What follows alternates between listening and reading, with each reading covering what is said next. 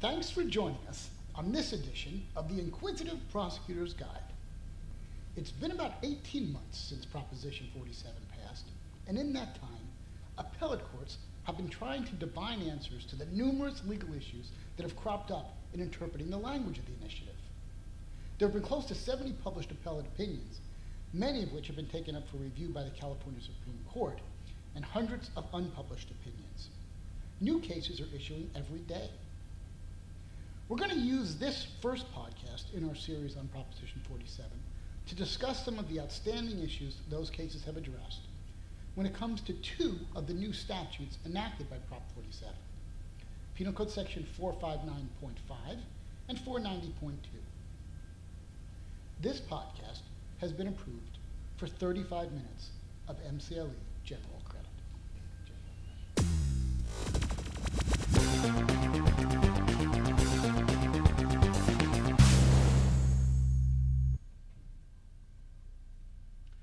To talk about those issues, I've asked two prosecutors with the Santa Clara County District Attorney's Office to join me, Deputy District Attorneys Dana Peasy and Eunice Yang.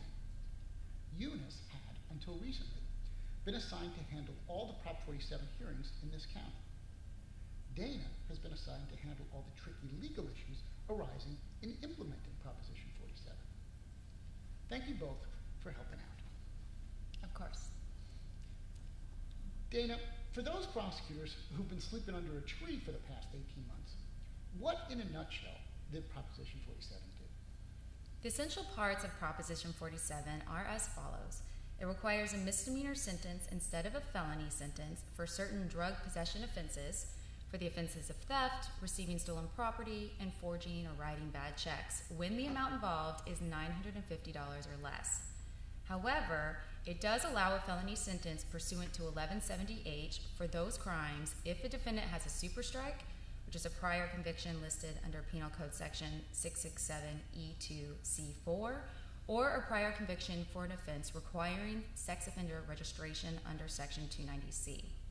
For those otherwise eligible defendants, meaning no 290 registration or no superstrike, if they're serving a sentence for a Prop 47 crime, it requires resentencing unless the trial court finds an unreasonable risk to public safety. For those with a completed sentence, it allows redesignation for those Prop 47 crimes. All right, there is going to be some structure to how we proceed on this podcast. So let's start off with the issues that have arisen surrounding this new offense of shoplifting, first created by Prop 47.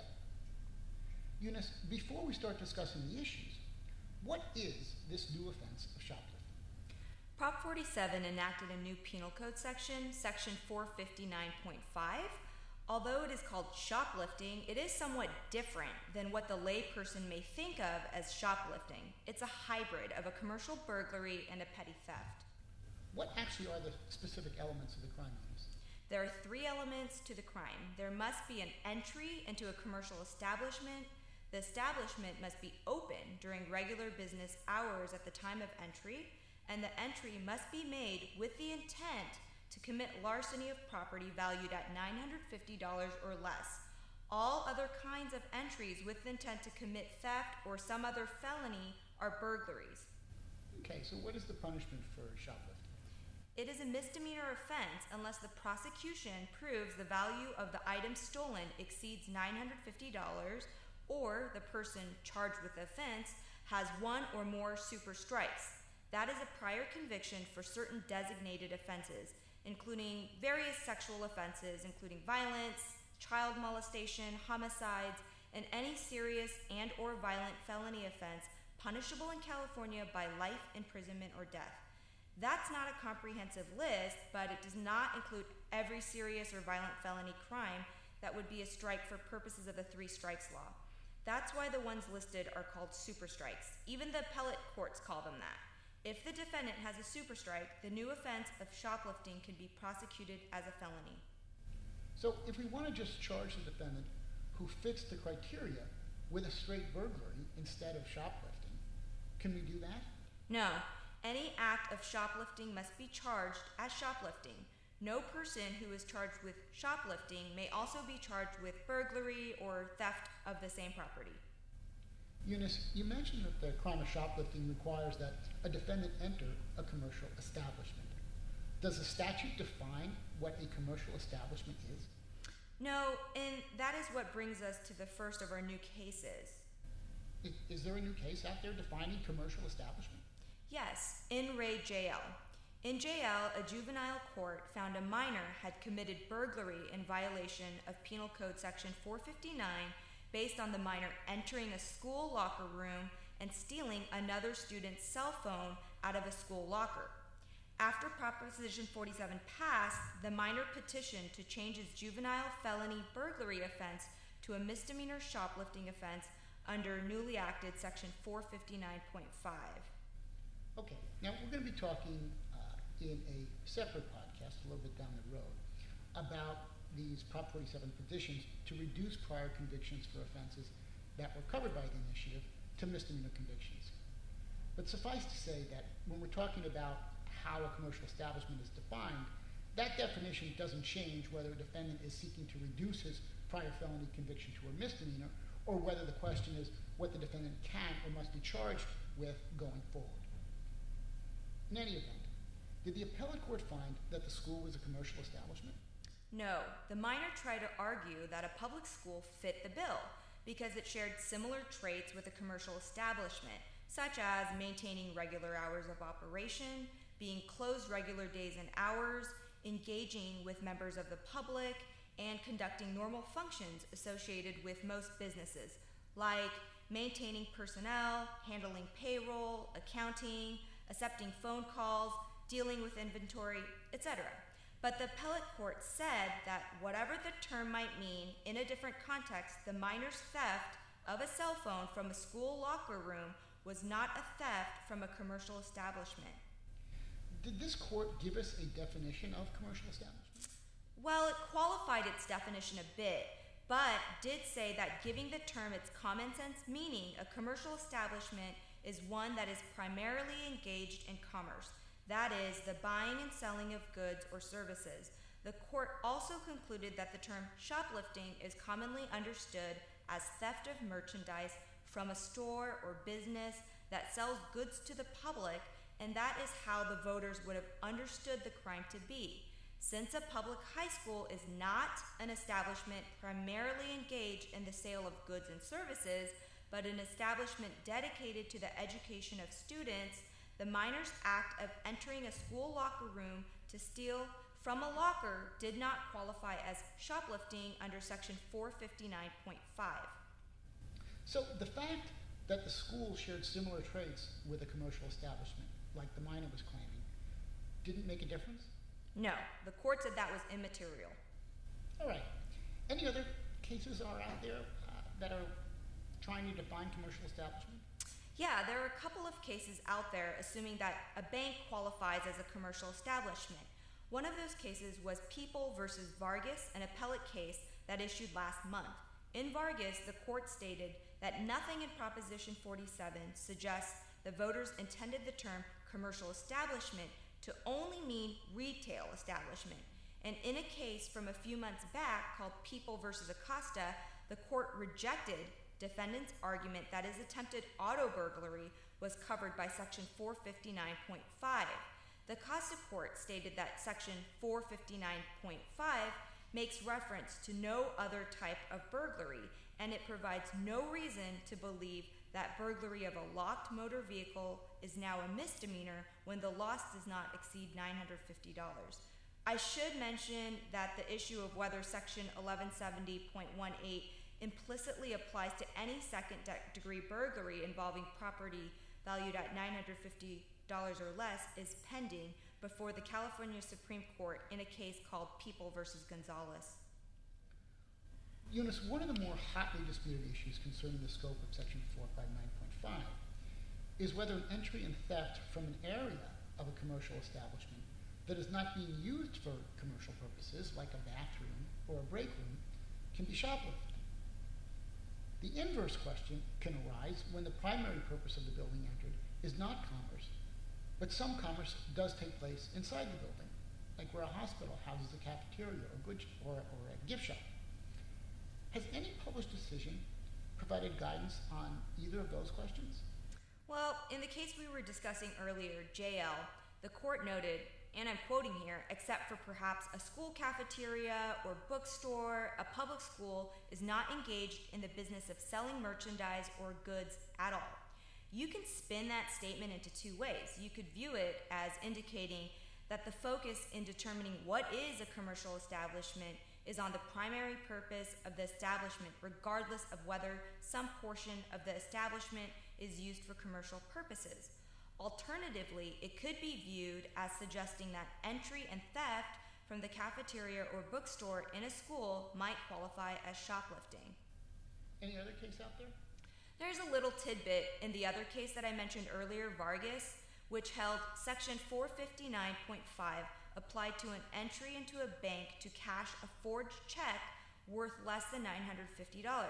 The people had argued that such a holding would broadly expand the definition of shoplifting to situations where a person enters a restaurant and sneaks into the manager's office to steal $900 from a safe, or where a person enters a 24-hour supermarket and breaks into a locked pharmacy to steal drugs, or where a person enters a locker room of a private club, steals personal items from the lockers. The Vargas court responded by noting that none of those situations was before them, but then went on to say, we also doubt those acts would fall within our reading of Section 459.5.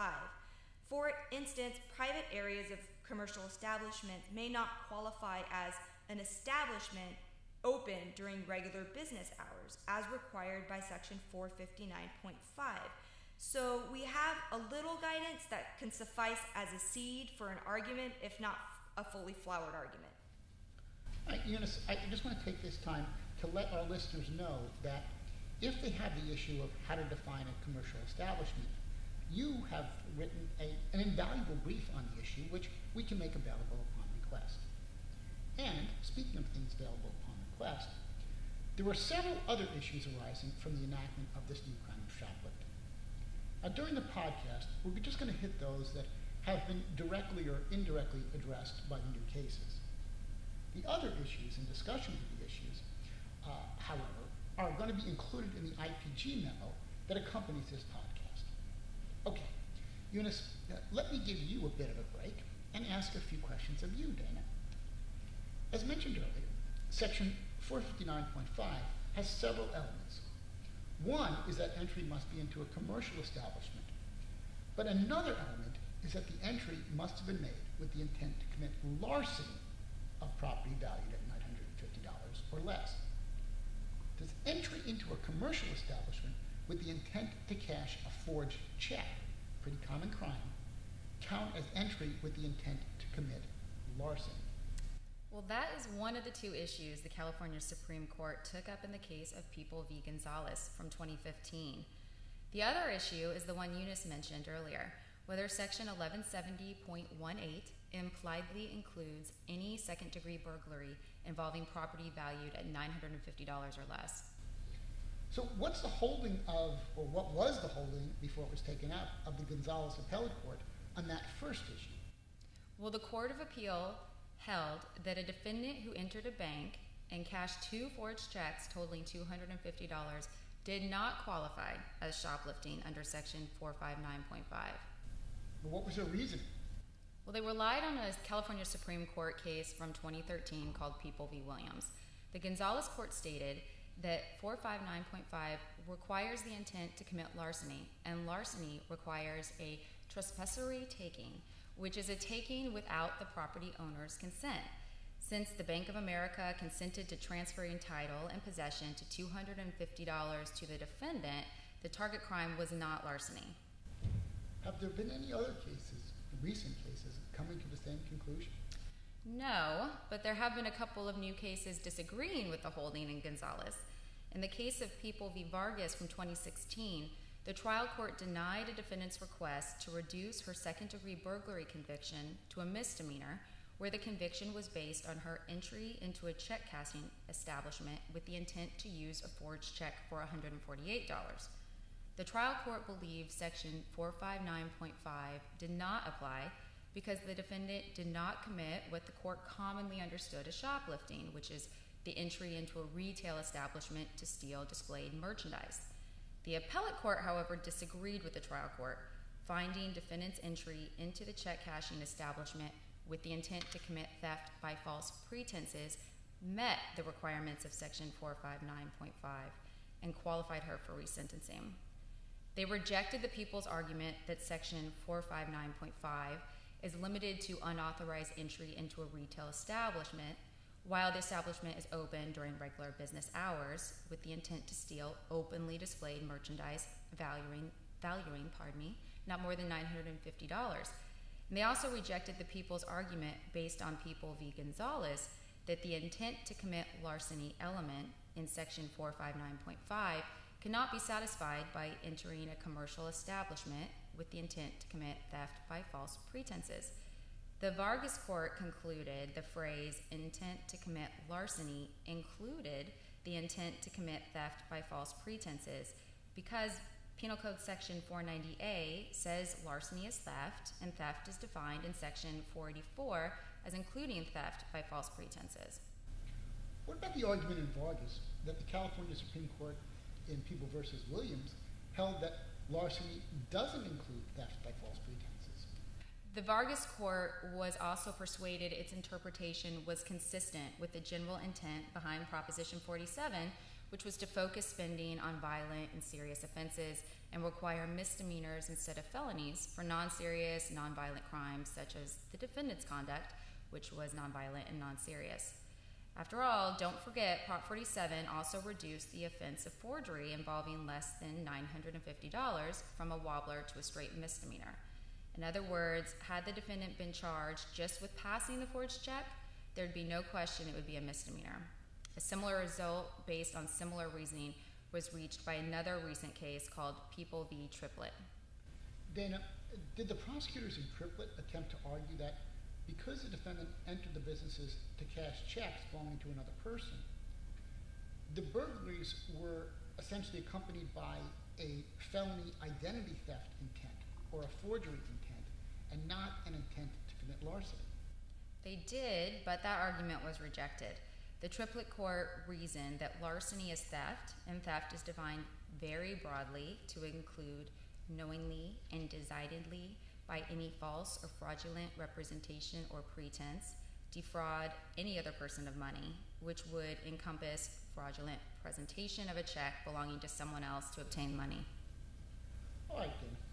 Let's move on to some issues relating to another new section of the Penal Code created by Proposition 47.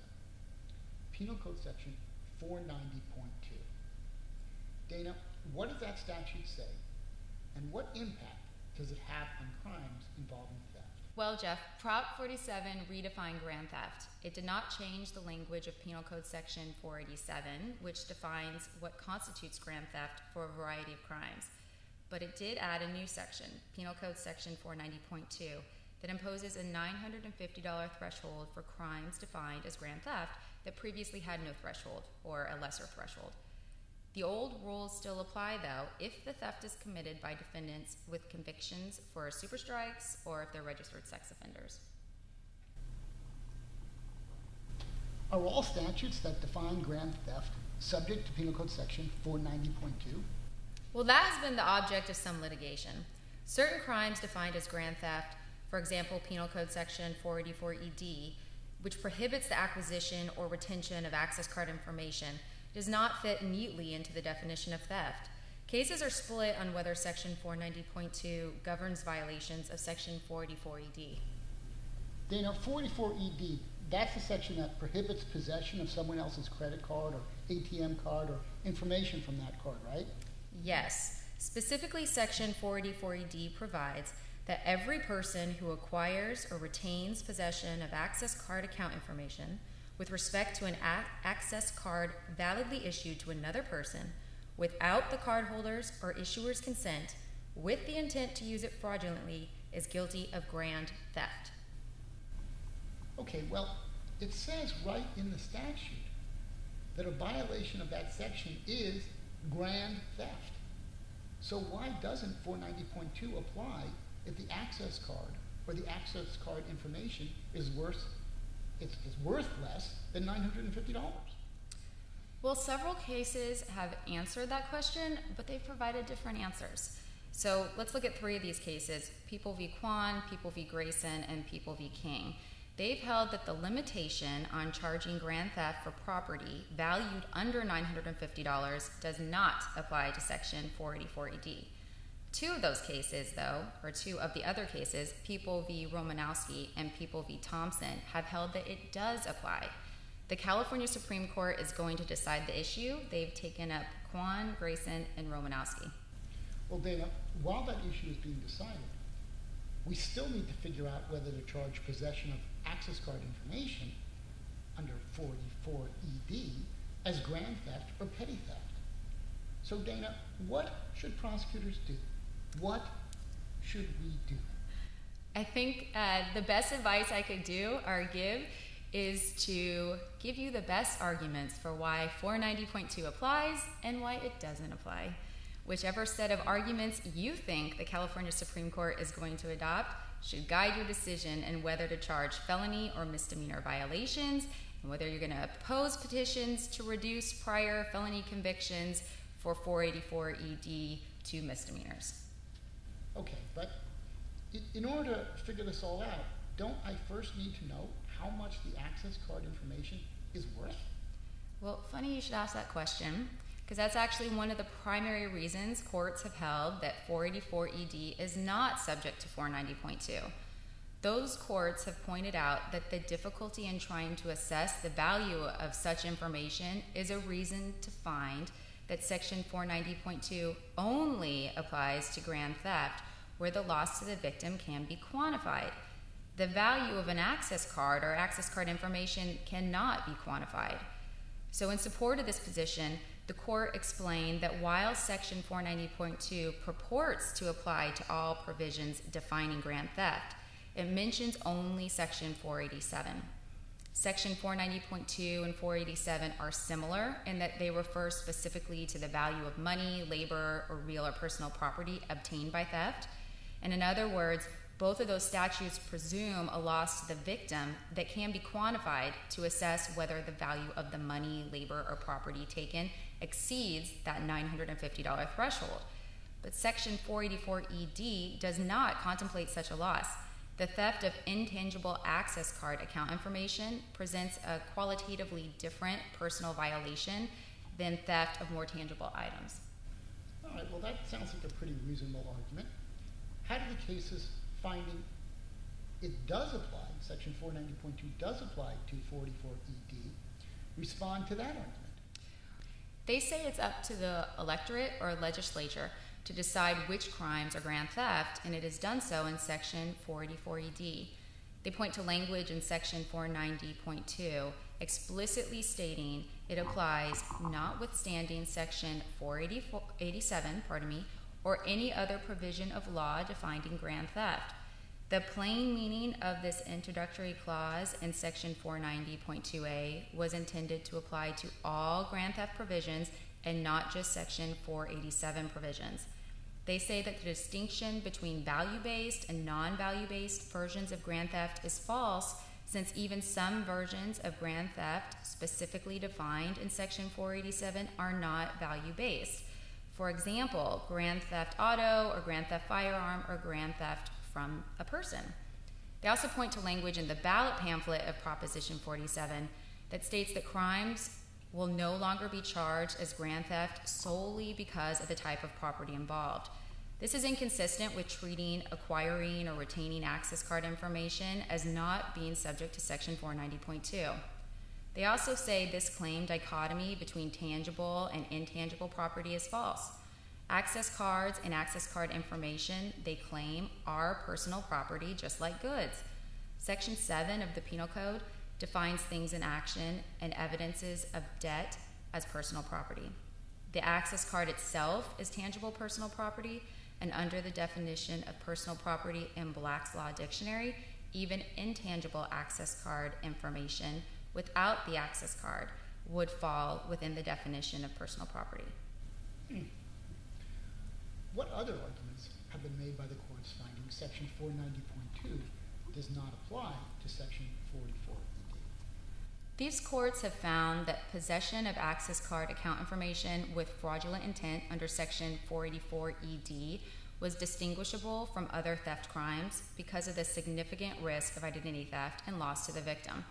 The idea is that Prop 47 provides no authority to suggest the electorate intended to undercut the broad consumer protection purpose behind Section 484ED by valuing such a risk at $950 or less. And how did the court's finding Section 490.2 does apply to 484ED respond to that point? Well, they say if the intent behind Prop 47 were to exclude offenses under Section 484ED, Section 490.2 would have been written so its introductory language was more narrow or included specific exceptions. Moreover, there is evidence that Prop 47 did contemplate the risk of identity theft crimes being accounted for. For example, Prop 47 also amended Section 473, which is check forgery, making it a misdemeanor where the value of the check does not exceed $950. Checks contain the same type of account information that is found on an access card, as well as the owner's address. Thus, a person in possession of another person's check is likely to have access to the same identifying information as a person who acquires and retains access card account information. Yet Section 473 explicitly states that the changes effectuated by Prop 47 apply unless the defendant is convicted both of forgery and of identity theft, as defined in Section 530.5. The check forgery provision indicates that the risk of identity theft is not sufficient to block Prop 47 relief. Rather, it's only when a defendant has actually been convicted of identity theft that check forgery would not be reclassified as a misdemeanor. Furthermore, the identity theft provisions under Section 530.5 can be charged as either a misdemeanor or a felony, so the intent to protect consumers against identity theft crimes is not synonymous with a felony charge. Are there any other arguments made in favor of finding that Section 490.2 does not apply to 484ED? Yes, in at least one of the cases finding it does not apply, the Court of Appeals said that Section 484ED is the more specific statute than Section 490.2, and to the extent they are inconsistent, the more specific rule should apply. All right, I wouldn't say that's the strongest of arguments, but what a court saying Section 490.2 does apply to 484ED say in response to that argument?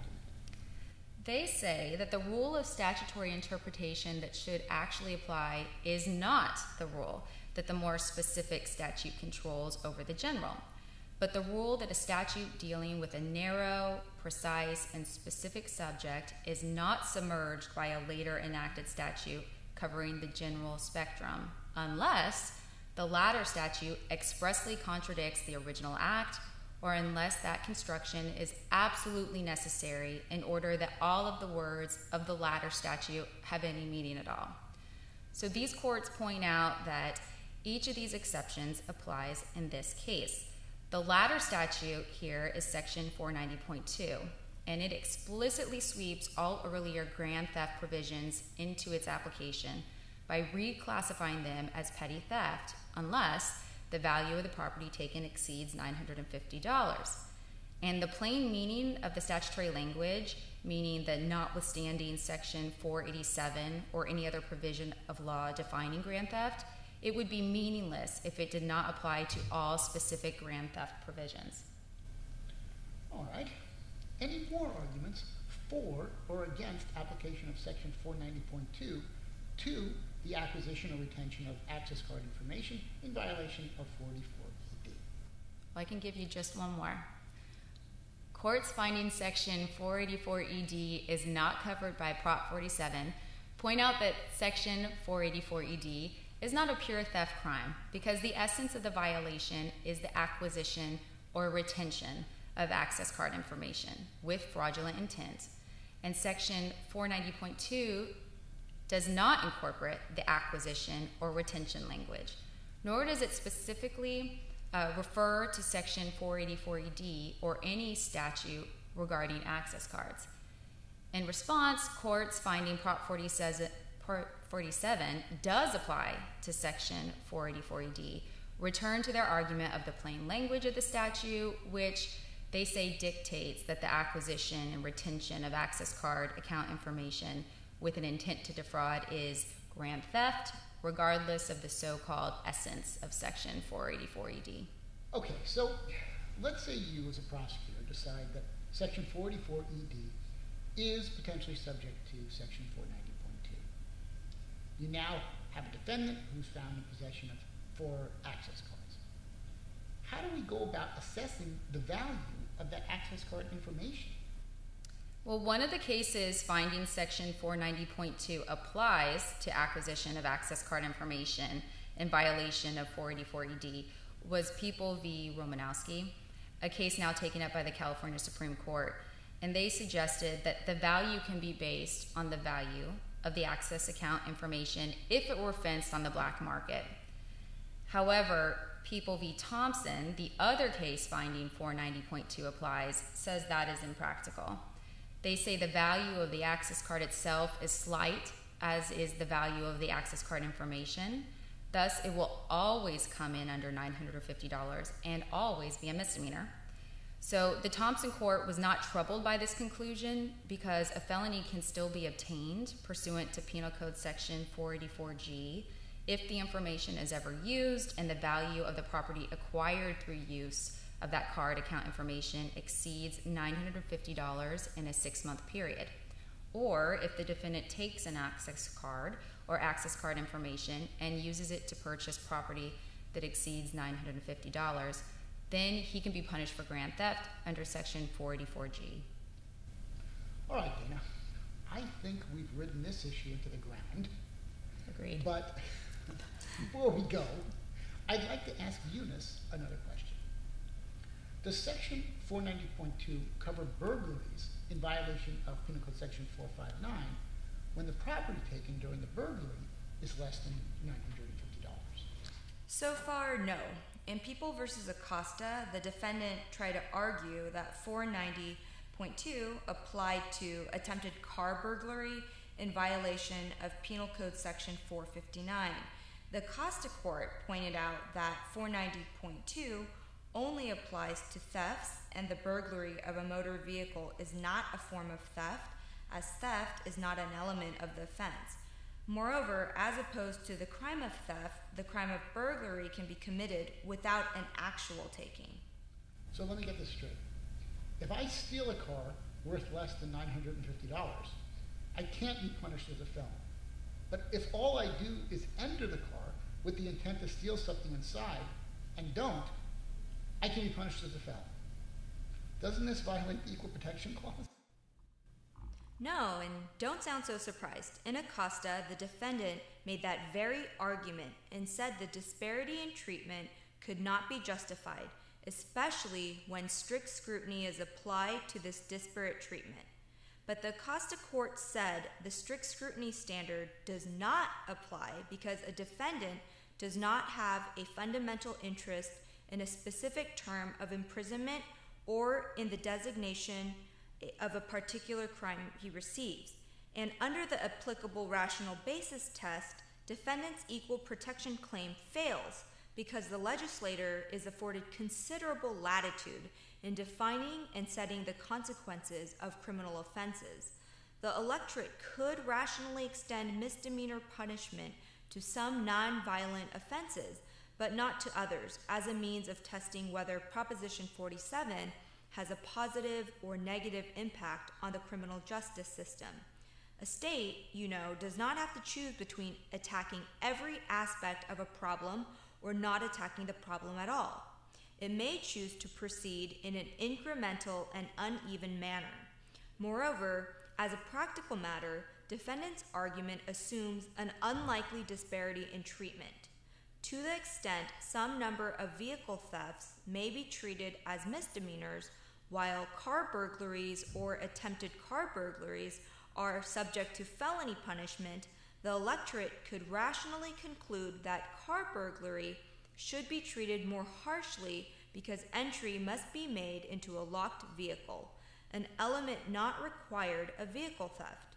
And finally, because attempted car burglary is an alternate felony/misdemeanor, In cases involving a loss less than $950, the electorate could reasonably expect that prosecutorial discretion will often result in prosecution as a misdemeanor rather than a felony. These reasons, individually and collectively, provide a rational basis for treating attempted car burglary differently than vehicle theft. Dana and Eunice, thanks very much for joining me for this edition of IPG. Hopefully you can come back for the next edition. Thanks, Thanks, Jeff. Jeff.